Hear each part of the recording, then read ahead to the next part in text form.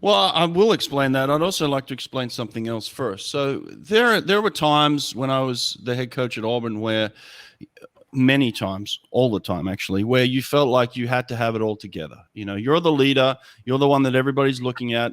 And whether you're the assistant coach or the head coach or whatever it is, in the coaching roles that we're in, we feel like we have to set an example and we have everything figured out, you know.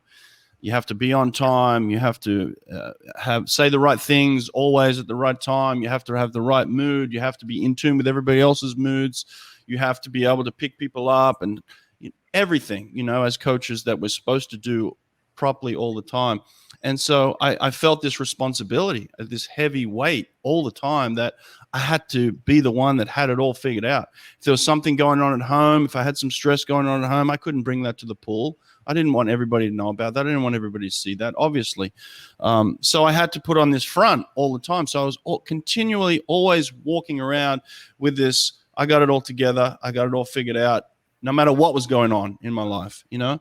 And then amongst other coaches, you know, people that we compete against, you never want them to see any weaknesses. So you can't go and talk to other coaches from other teams and say, hey, I'm struggling with this. Hey, I'm dealing with this. You don't want them to know the ins and outs of what's going on in your life. So with them, you put on this front as well. So amongst your team, you've got this wall up, and then amongst your fellow coaches, you've got this wall. So there were many times where I just felt isolated, where I didn't know where to turn to. I didn't know who to talk to.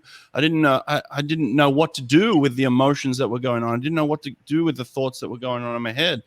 And I just felt alone a lot. And it wasn't until I brought someone on like you, Sergio, where I could actually go into your office, and we closed the door many times, and I could finally have somebody that I could talk to and somebody that could just let it out.